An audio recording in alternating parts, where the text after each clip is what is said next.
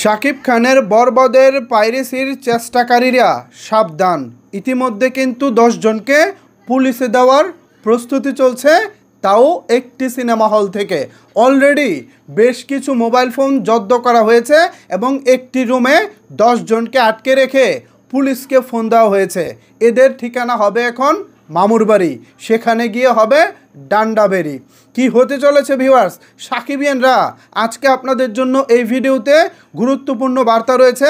পাশাপাশি cinema hall মালিক যারা আছেন, সিনেমা হলের সাথে যারা যুক্ত, তাদের জন্য এই ভিডিওতে পরিচালক এবং প্রডিউসারের পক্ষ থেকে গুরুত্বপূর্ণ একটি বার্তা দিতে চাই আপনাদেরকে। সো আজকের এই ভিডিওটি অনেক বেশি গুরুত্বপূর্ণ হতে চলেছে। মনোযোগ সহকারে ভিডিওটি দেখার অনুরোধ রইল। পাশাপাশি ভিডিওটি বেশি করে শেয়ার করে সকলের মাঝে ছড়িয়ে দিন, যাতে করে সবাই জানতে পারে কি ঘটনা আসলে ঘটে গেছে। ভিউয়ার্স, আমি সঙ্গত কারণে হলের নামটি বলতে চাচ্ছি না। নারায়ণগঞ্জের একটি সিনেমা হলে ইতিমধ্যে 10টি মোবাইল জব্দ করা হয়েছে। পাশাপাশি উক্ত মোবাইলগুলোর 10 জন মালিককে একটি রুমে আটকে রেখে পুলিশকে ফোন করা হয়েছে। কিছুক্ষণের মধ্যেই পুলিশ আসছে, তাদেরকে গ্রেফতার করে থানায় নিয়ে যাবে।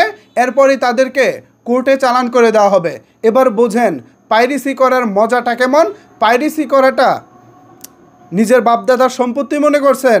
একজন প্রডিউসার কোটি টাকা খরচ করে সিনেমা বানাবেন, আর আপনি 100 টাকা দিয়ে একটা টিকিট কেটে হলে বসে চোরের মতো ভিডিও করবেন? এটা আর হবে না। সুতরাং অন্যান্য হলে বা অন্যান্য অঞ্চলে সারা বাংলাদেশে যে বা যারা শাকিব খানের ভক্তও যদি আপনি হয়ে থাকেন, আপনার কিন্তু ছাড় নাই। আপনার বিপদ কিন্তু আপনার নিজের হাতে ডেকে আনতেছেন। সুতরাং মোবাইল দিয়ে ভিডিও করা, ছবি তোলা, সব কিছু করা থেকে বিরত থাকুন। তা না হলে যে 10 জন ইতিমধ্যে থানায় যাচ্ছে, তাদের ভাগ্যে কী আছে, ওই 10টি ফ্যামিলির ভাগ্যে কী আছে, জাস্ট আপনারা চিন্তা করুন। সকল বাংলাদেশে একেবারে সাঁড়াশি অভিযান চলছে। পুরো বাংলাদেশে প্রত্যেকটা পুলিশ হেডকোয়ার্টারে জানিয়ে দেওয়া হয়েছে বরবাদ যেন কোনোভাবেই পাইরেসি করার চেষ্টা না হয়। যদি চেষ্টা করা হয় তাহলে তাদের জন্য ভয়ঙ্কর পরিণাম অপেক্ষা করতেছে। পাশাপাশি প্রযোজক এবং পরিচালক সিনেমা হল মালিকদের জন্য বার্তা দিয়ে বলেছেন, যদি কোনো সিনেমা হল এই সাথে যুক্ত থাকে তাদেরকেও জেলে পাঠানো হবে। পাশাপাশি ওই সিনেমা হলের লাইসেন্স বাতিল করা হবে। কিভাবে প্রযোজক এবং পরিচালক বুঝবেন কোন সিনেমা হল থেকে মূলত পাইরেসি হচ্ছে, সেটা খেয়াল করে দেখবেন। আপনারা যারা দর্শক ছবি দেখতে যান, প্রত্যেকটা সিনেমা হলের স্ক্রিনে কিন্তু ওই সিনেমা হলের নাম থাকে। সুতরাং প্রত্যেকটা সিনেমা হলের কর্মকর্তা বা মালিকপক্ষ যারা আছেন তাদেরকে বলবো, আপনি যদি বিপদে পড়তে না চান তাহলে আপনার হলে নিরাপত্তা ব্যবস্থা জোরদার করুন। সবাইকে বলুন খেয়াল রাখতে, সিনেমা চলাকালীন সময় কেউ যেন ভিডিও করতে না পারে, ছবি তুলতে না পারে, পাইরেসি করতে না পারে।